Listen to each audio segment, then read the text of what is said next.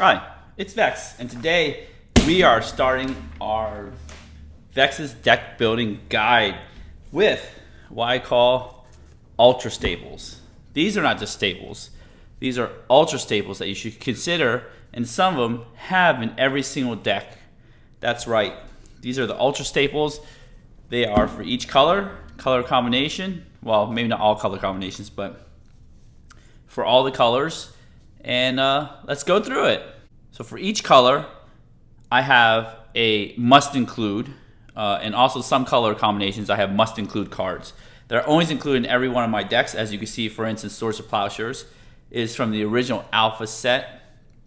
This is a must include in every single deck that I have that has a white color identity.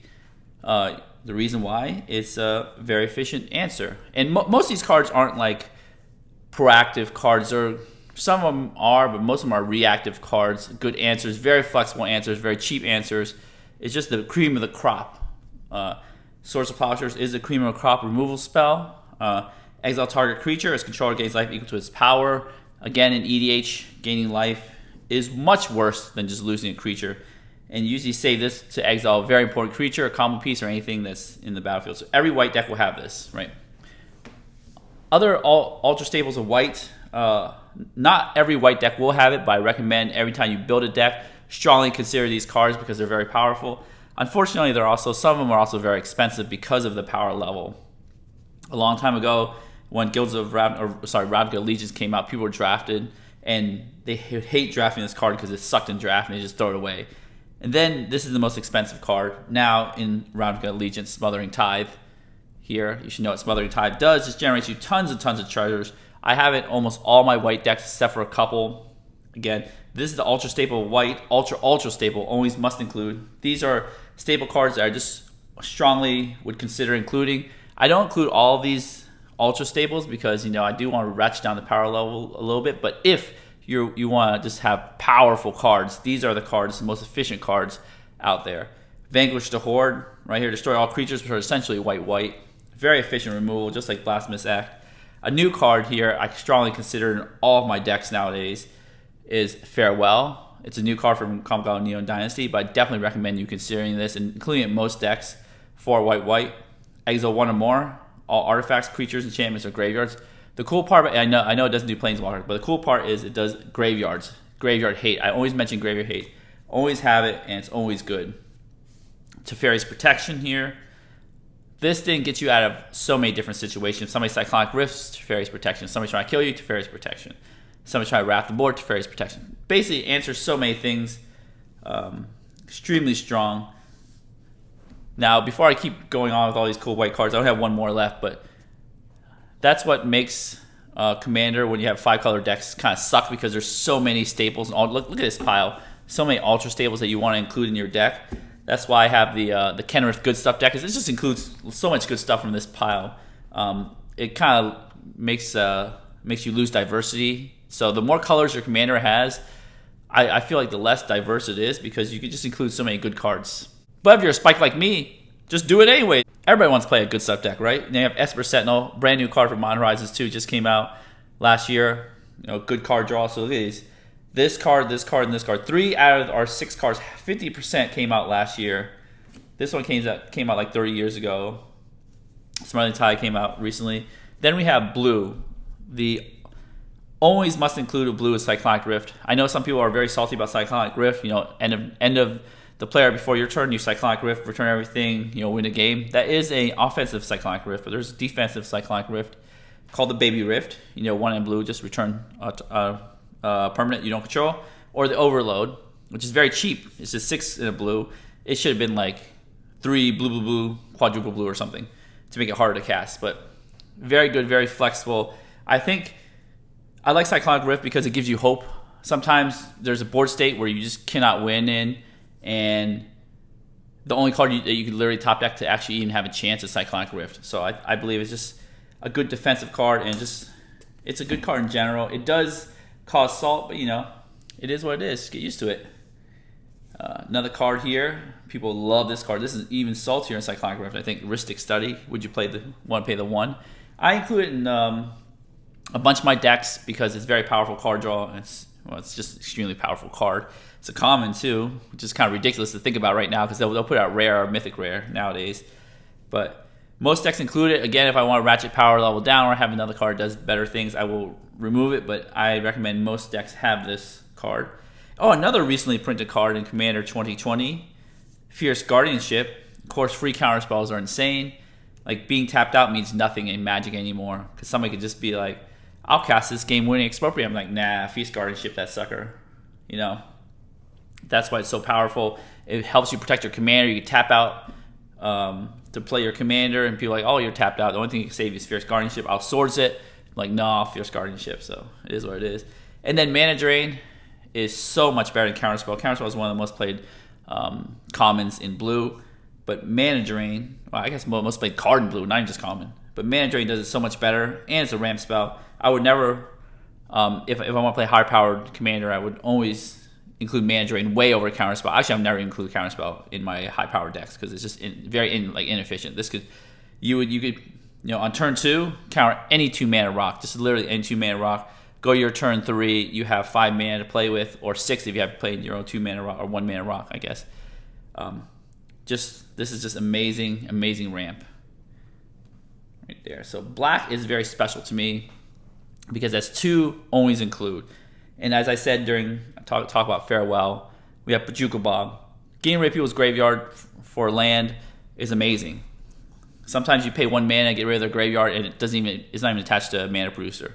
Bojuka Bog is super good in the black decks. Get rid of lands. Toxic Deluge, again, kind of like Vanquish the Horde, very efficient removal, gets around indestructible, -X. So it just wipes the board clean and just does good work. So these are my 2 always include: Bojuka Bog, Toxic Deluge. Again, the always includes are like, answers to graveyard, answers creatures, answers to permanents, and answers to a single creature. I always let's move this over here. I'm getting a little crowded here. Of course, let's put my always includes up here because they are just always includes. Bam, bam, bam, right there. These are just cards. Demonic Tutor. I don't always include Demonic Tutor because like always tutoring for stuff it takes time. Demonic Tutor. People say it's very powerful, but another thing that annoys me sometimes is when somebody Demonic Tutors is like a 3-mana tutor. They're just like flipping through their deck, looking back and forth, and just like it does eat the clock, which is kind of annoying, but it's extremely powerful. Would recommend it highly. So Demonic Tutor is a black card I would recommend.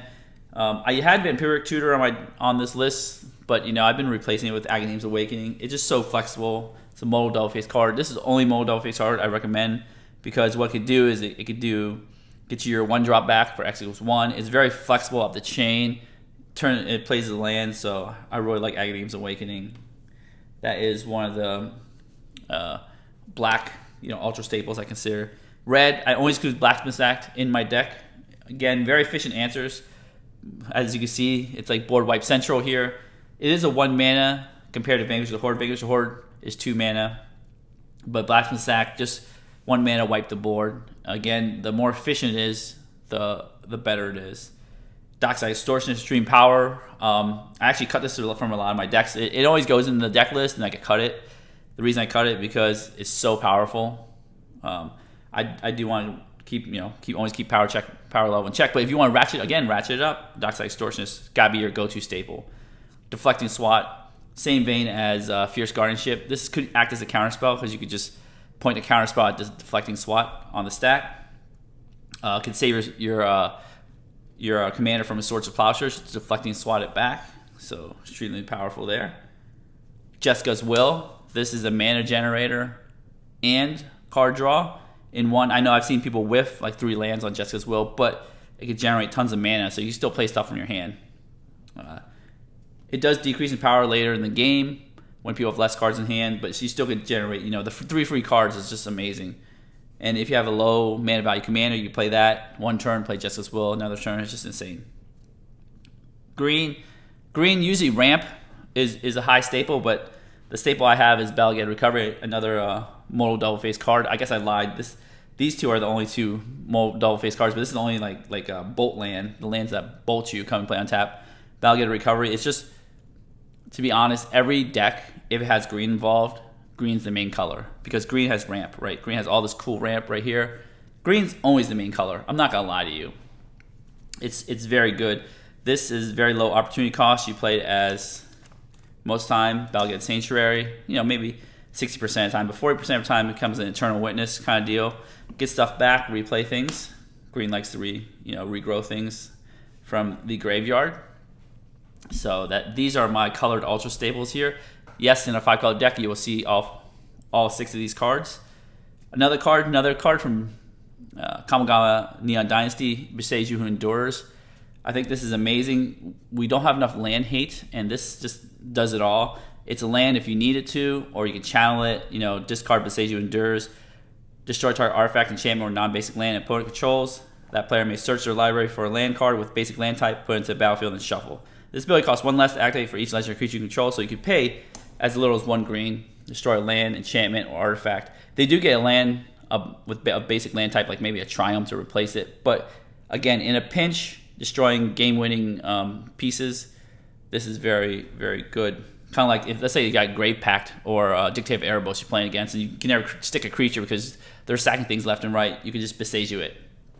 Again, this goes in this pile. I would highly consider this in most decks, even 5-color decks that can run it. Of course, the other green ones are the ramp package, Cultivate Kadama, 3-mana ramp. Then you have Farseek, Nature's Lure, Rampant Growth, 3 visits as your 2-mana ramp. Depending on your commander and your colors, of course, if you're playing mono green, you know, these work. Right here, Farseek doesn't work in mono green. Don't use it in mono green. It's a really bad idea. These work here. Depends. It just depends on the texture of your commander. If I had a 4-mana value commander, I would highly prioritize the 2-mana value ramp because I want to play my commander on turn 3. Another good green card is Yamamaya. Again, this does affect your opponents, but if you're in green, green is your main color. You want to maximize the number of green lands you have, so you can do some more ramping and all this cool stuff. A colorless staple, auto-include in every deck I have, Sol Ring. You know, people complain about Sol Ring being powerful. They complain about, you know, everything. People complain about everything. But this is the identity of the format. It's like Brainstorm in Legacy. It just is the identity. A turn 1 Sol Ring is part of the identity of the format. Let's just keep it the identity. Enjoy it. And that's why I put it in the deck to, you know, have those spike turns that happen at the beginning of the game. Another always includes Soul Guide Lantern. After just seeing so much gameplay online, playing my own games, the graveyard is such a gigantic resource that people use all the time, every single deck nowadays, because that's how Wizards prints cards. This is a powerhouse because it lets you exile the problematic card, if there is one, and it costs 0 mana to tap, so you can tap out and then exile each opponent's graveyard, so it keeps your graveyard intact, so you can do graveyard shenanigans. Or you could pay 1 tap and just draw a card. Now, I know people talk about Relic of Progenitus. The thing is, I like being able to sack this without paying mana. I know there's the Black Spell Bomb, but sometimes you could just play this, exile, you know, that Past in Flames in their graveyard, or some kind of Haymaker card right away, and then you could cycle draw a card. So I think the flexibility is great here. Another always include now, you know, I've tried this in my various decks, and I feel like it's just so good. Like having Vesuva is so good. The worst thing it can do is copy, well, not legendary land, but a basic land. So it's like basic land needs to be tapped. But the best thing it can do is it can copy, say, opponent's playing Gaia's Cradle. Even though I don't play reserve list cards in my deck, I could copy a reserve list card right there. It comes into play, turns into Gaia's Cradle. I've had it once where I looked at my opening hand. I didn't have ramp. I was a player 4, but somebody played Mirrored Landscape. I'm like, oh, this is sweet. I'll play a Mirrored Landscape too. So now suddenly I had ramp. So I think Vesuva is so good in that right. Thespian Stage, another always include now in my decks, right there. Same reasons as Vesuva, it can copy the lands. You know, it comes to play untapped, generates a colorless mana right away, but in the future it can continually copy different lands, maybe strip mine or whatever. So these are the always includes for colorless. Other colorless ones, Arcane Signet. I actually don't include these in any deck that has green, even in 5-color decks, because I have so many options now for green. I don't include that. Mana Crypt, again, more higher powered games. I include this. I usually don't do it in my deck text, but when I do play against higher powered decks, this is in. I just swap out a card and that's in. Command Tower, you know, you would think it's a must include, but of course monocolor decks and colorless decks don't have them. So yeah, I would never include this in my Azusa deck, even though I have Field of the Dead. I'd rather have it be a forest because forests are more valuable to me. Exotic Orchard, 3 colors and up, I always include it because usually it just produces those 3 colors. Extremely rarely would it does not produce the 3 colors. If you play on turn 1, it might not produce very much, but it's an untapped land that essentially produces the colors that you need. Another really good card that I've learned to love is Path of Ancestry. It does ETB tapped, but in 5 color decks, it makes all 5 colors. There's rarely any land like ETB taps that will make all 5 colors for you. And it'll let you scry, so essentially it draws you half a card, quarter card, you know, for every creature of that tribe of your commander's command type, wherever it is. You know what I'm talking about. It's very good here. Field of the Dead. Nowadays, after they printed Boseiju and the rest of the Kamigawa lands, you technically play Field of the Dead in the monocolor deck with Thespian Sage and Vesuva, which makes it even more insane having 3 Field of the Deads. Again, for power level reasons and kind of getting boring playing the same win condition over and over again, but Field of the Dead is insanely good. People rarely play lands that interact, or cards that interact with lands or land destruction spells. So once you put Field of the Dead on the board, you can guarantee you get a bunch of zombies. The more colors you play, like I have this in some 5 color decks, just I have singleton land mana base. So, you know, make zombie, zombie, zombie, copy it, make 2 zombies. It's just an engine that just keeps pumping out creatures nonstop. Okay, so we do have some more auto includes here. Kind of ordered my cards in a weird way, but speaking of land destruction, Assassin's Trophy right there. Black and green, destroy target permanent opponent's controls, even lands, so you can destroy their Gaius Cradle. Then they get a basic land untapped, put in the battlefield. Every deck that has black and green color identity will get Assassin's Trophy because it kills any permanent, even a Field of the Dead. That is something that you don't see in the 2 mana card very, very often or at all. I think Assassin's Trophy is the one. And it's at instant speed too, don't forget that. Then Orzhov, 1 white black, exile target non-land permanent, you lose 3 life and instant, Anguish Unmaking. That is in every deck that has a black and white color identity. Again, because it's instant, it's 3 mana, exile's non-land permanent. Exile, that's an important clause right here. I know Assassin's Trophy only destroys, but exile, it does 3 life, 3 damage to you, but sometimes that matters, but it's just so worth it to just destroy anything, or not destroy, exile anything, and just get rid of it forever. Then anything with a Mardu identity, right here, red, red, very hard to cast actually, white, white, white, black, black. Ruinous Ultimatum, destroy all non-land permanents your opponent's control. So it's kind of like Cyclonic Rift, but instead of bouncing, you just destroy everything. So I mean, indestructible things like gods and stuff will stay on the battlefield. But so essentially, if I have a black deck, I have a lot of slots. Like a mono black deck will have Bajuka Bog, Toxic Deluge, Soul Ring, Soul Guide Lantern, Vesuva, Thespian Sage, Assassin.